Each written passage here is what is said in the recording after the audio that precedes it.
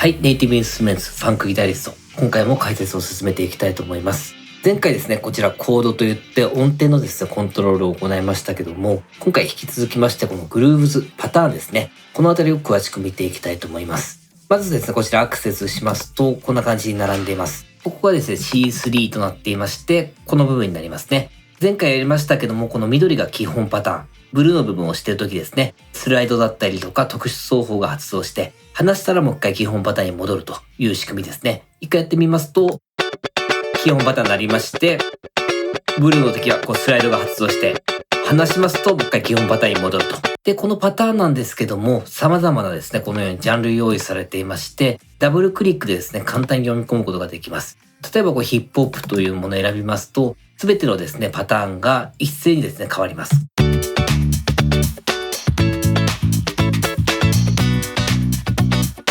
他のパターンが良ければダブルクリックでどんどん変えることができるというものですね。一つ一つをですね、好みに変えていきたいといった場合は、このマップですね。前回のコードもですね、同じような概要出てきましたけども、ここにアクセスしますと、全パターン見ることができます。あとはですね、これを視聴して使いたいものを取り込んでいくという流れになります。で、これどうしたらいいのかと言いますと、まず気になるパターン、選択しますと、この右にですね、プレビューマーク出てきます。これをですね、一回押しますと、実際そのパターンを聞くことができまして。で、止めたい場合は、これ前回やりましたね。この赤部分を押すと止まりますということになります。で、気に入ったパターンをこちらを鍵盤に配置したいという時はですね、まずパターンを選択。そしてこの入れたい鍵盤の右ですね、鉛筆マークありますので、こちらをクリックしますと、パターンが入ってきますということですね。実際にこれ演奏させるには、今ですと C3 に配置しましたので、打ち込みの方ですね、C3 に打っておくと。そうしますと、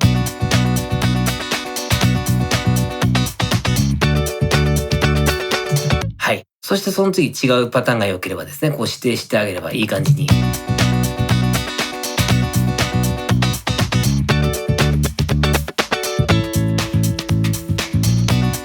で、さらにですね、細かくエディットしたいという方のためにですね、こちらエディットモードというものが用意されています。これどういうものかというと、まずですね、エディットしたいパターンを選択して、こちらボタンを押します。そうするとこう中に入れまして、実際にこれを組み替えることができると。ここ見ていただきますと、グリッドディビジョンとありまして、ここです8分音符で打ち込むと、16分音符で打ち込む。このあたりもですね、ダウと共通ですね。で、8分の3連ですね。で、16分の3連。じゃあ試しに打ってみましょうか。一瞬アクセントとして、ここに16分の3連を入れてみたいと思います。まずこの2つですね。今必要ありません。消してしまいましょう。こんな感じで消しゴムマークを押すと、ノートもですね、消しゴムマーク出ますので、消した音をクリックすれば OK と。あと、ノートを書きたいときはですね、このペンにして、実際ダブルクリックしていくと、こんな感じで打ち込めます。で、長さなんですけども、今ですね、ちょっとはみ出していますね。こういった時はこのレングスというものですね。ノート一つ一つに対して長さを調整することができます。今ですと重ならないようにやってみましょうか。こんな感じにしてみますね。はい。これで聞いてみますと、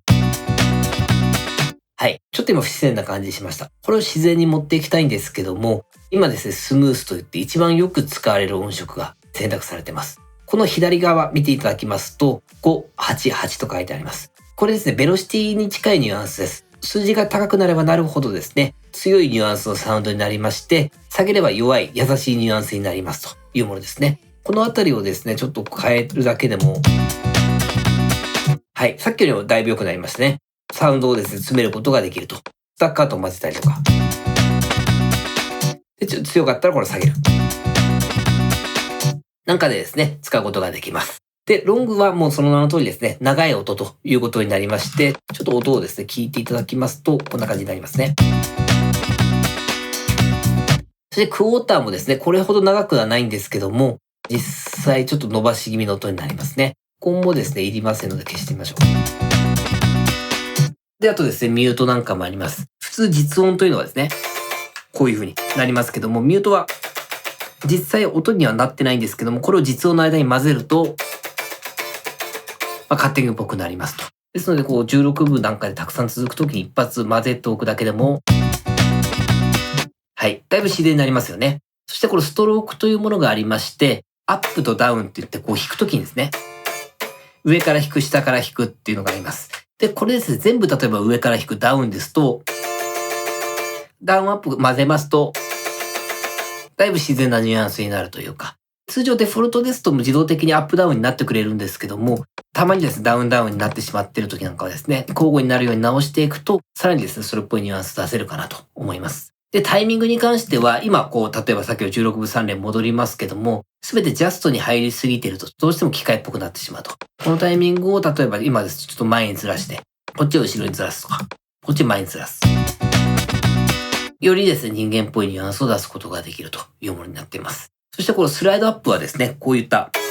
音程を変化させるという奏法ですけども、これをですね、じゃあこの部分とかに、って感じですかね。で、残りの奏法なんですけども、ちょっと違う部分、ここでやりましょうか。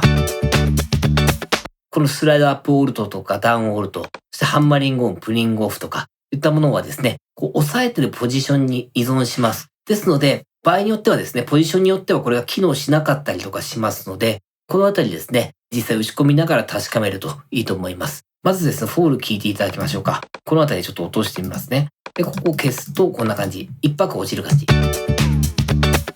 そしてこのミスクはフレットノイズという形ですね。で、このですね、ハンマリングオン、プリングオフというのはですね、ハンマリングオンはですね、ピッキングせずに弦を叩いて音を出すと。で、プリングオフはですね、弦を引っかいて音を出す。で、まずハンマリング入れてみましょう。ハンマリング入れますと。これで聞いていただきますと、はい、今グレーアウトしましたよね。これ何かっていうと、このポジションからですとハンマリングできないということを表しています。ちょっとプリングやってみましょうか。これですといくと思います。はい。今ですね、音程変わりました。コードも赤くなってですね、プリングによってコードが変わりましたということになっています。で、こういう時ですね、一回引っかいて戻したものはハンマリングが使えるようになりますんで、ハンマリングを入れます。そうしますと、次ここがグレーになりました。これ何かっていうと、ハンマリングしてポジション戻りましたよね。で、こっからさらにハンマリングができないわけです。もしハンマリングしたい場合は、事前にどっかプリングを入れとくという風にしますと、ここ複雑なんですけども、こういう仕組みになっているとお考えください。そしてこのコードリセット、ここも大事なのでちょっとやっておきましょうか。例えばですね、先ほどこれハンマリングオンでコード戻りましたけども、ここは戻ってなかったとしましょう。今ですとプリングオフ入りまして、コードが Bm7 から B11 になります。この時にですね、コードリセットを次の音とか、戻したいの音でオンにしますと、ここからですね、さっきの Bm7 のコードに戻ります。はい。といった感じでですね、最後ちょっと駆け足になってしまったんですけども、このファンクギタリスト、様々なですね、可能性感じていただけたかと思います。カッティングを使いたいという方非常に多いと思いますので、ぜひですね、このあたり有効に取り入れていただいて、サウンド制作楽しんでいただけたらと思います。といった感じで今回の解説はこれで終わります。ご視聴いただきありがとうございました。ご視聴誠にありがとうございました。この動画が参考になりましたら、グッドボタン、高評価をお願いいたします。今後も動画を更新し続けてまいりますので、もしよろしければチャンネル登録をよろしくお願いいたします。ウェブサイトや Facebook、Twitter なども更新しておりますので、ぜひチェックしてみてください。その他、動画の再生リストなども用意しておりますので、パソコンの方はもっと見るをクリック、スマートフォン、タブレットの方は動画のタイトルをタップしていただくとアクセスが可能です。また、スリープリークスに対する応援メッセージやコメントなどをいただければ嬉しいです。今後ともよろしくお願いいたします。